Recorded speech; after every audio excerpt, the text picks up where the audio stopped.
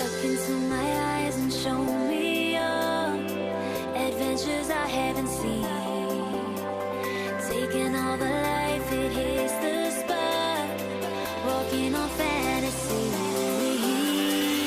So take me, baby, take me to a state of mind. What's up, guys? I'm Kevin Nahai. Welcome back to my YouTube channel, The Other Side. And on today's episode, we are going to be discussing codependency in relationships. What is codependency, my struggle with it, how I've overcome it, and how it functions. I have found that tons and tons of people have codependency in their relationships in one arena or another, and they don't even know it.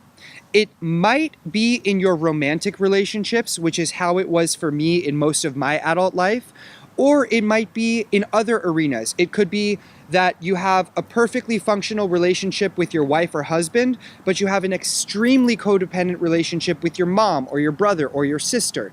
It could be that you have very functional and healthy relationships with your family members, but you have an extremely codependent relationship and reliance upon your best friend. So it doesn't always function only exclusively, specifically in romantic relationships, and that's an important distinction. If you think you might have some kind of struggle with codependency, I'm going to post a few links in the description below. One is to the Codependence Anonymous website, which has great tools and resources for what exactly codependency is and how to overcome it. Another is a link to an amazing book that was recommended to me by my best friend. It's called Codependent No More, and those resources are both great starts. But what is codependency and how does it function? What are the basic tenets?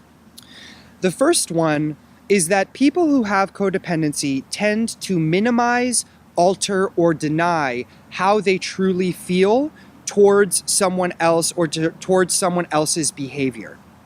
So if your boyfriend or girlfriend or dad or best friend is an alcoholic, you might have a lot of pain and hurt and resentment about that person's drinking, but you will minimize your feelings about that. You'll make excuses for the other person. You'll say, oh, the person just had a hard day, or oh, they don't really have a problem.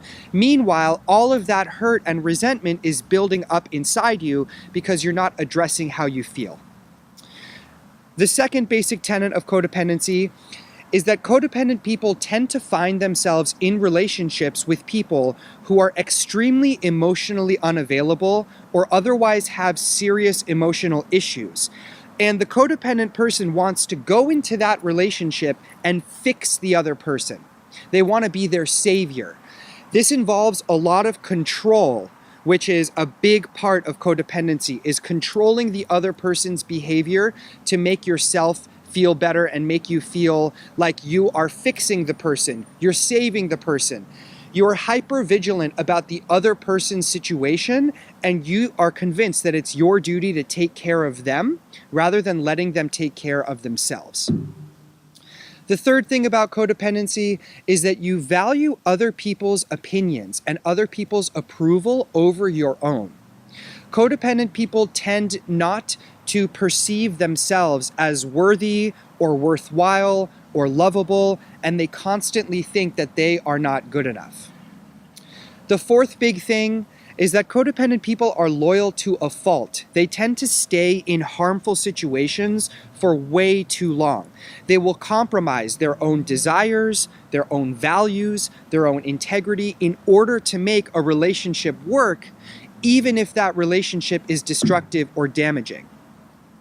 And the fifth thing that I feel is huge to codependents is that they feel that in order to have a relationship, they have to be needed. They want to feel like the other person needs them for their survival. Otherwise, the codependent person just feels useless. They just feel like they are not worthy at all. I had all of these 5 tenets of codependency for the longest time, as I said, in my romantic relationships. And how did I start to overcome that? The first thing is that I started going to CODA meetings, CODA, Codependence Anonymous, and I also started attending Al-Anon meetings. CODA and Al-Anon are both amazing organizations for people who have dysfunctional relationships, again, with their spouses or their family or their friends. And those meetings really teach you how to overcome your codependency. The second thing is that I took a really clear, cold, hard look at myself in the mirror, and I asked myself, who do I have codependent relationships with? Or in the past, who were my codependent relationships with? And I found that in some of my romantic encounters, I was perfectly successful and healthy. I was able to stand on my own 2 feet. I wasn't super needy or clingy. And in other relationships, I was super codependent. I had all of those things that I described earlier, and I was miserable. So I asked myself, what was the difference between the relationships that were happy and healthy and the relationships that were super codependent? And I did a really deep dive, a really deep introspection and analysis into what made my codependent relationships codependent. And the third thing that I have done that has really helped me get through my codependency is I have constructed a sort of spectrum of dependency. And I've started to understand the importance of something called interdependence. I made interdependence my goal. So here is my spectrum. Here's how it functions in my mind, okay? Over here at one extreme, there is codependency. Next to that, there's neediness and clinginess. Right in the center, there is interdependence.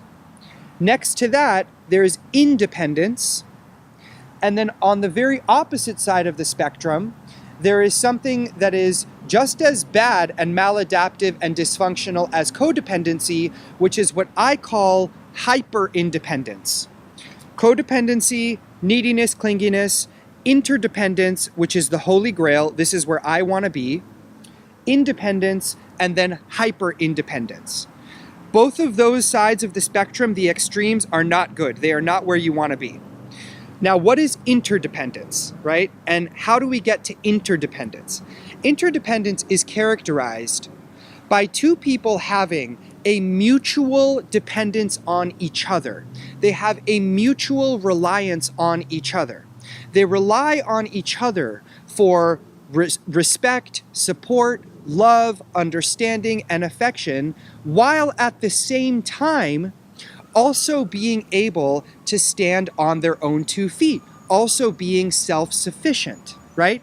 So in psychology, we learn that there's actually nothing wrong with having dependency needs. When you're a baby, you're dependent upon your mother or your father. When you get older, it is perfectly normal to want to have respect and understanding and love and support from your partner. There's nothing wrong with the healthy dependency. The difference is that you also have to be able to stand on your own 2 feet. You also have to feel like you are enough. You also have to feel healthy and strong and happy in who you are.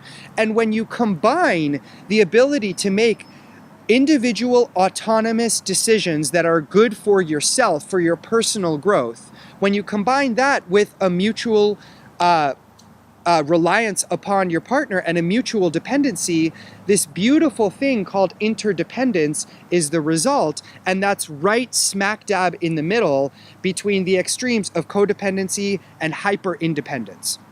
By the way, hyper-independence is something that is a term that I've, coined, and the way that I describe it is a person who is so concerned with being independent that when you're in a relationship with them, you actually feel alone. They're emotionally unavailable. They're cut off. They are detached. You feel alone. I've been in relationships with people like that, and it's horrible.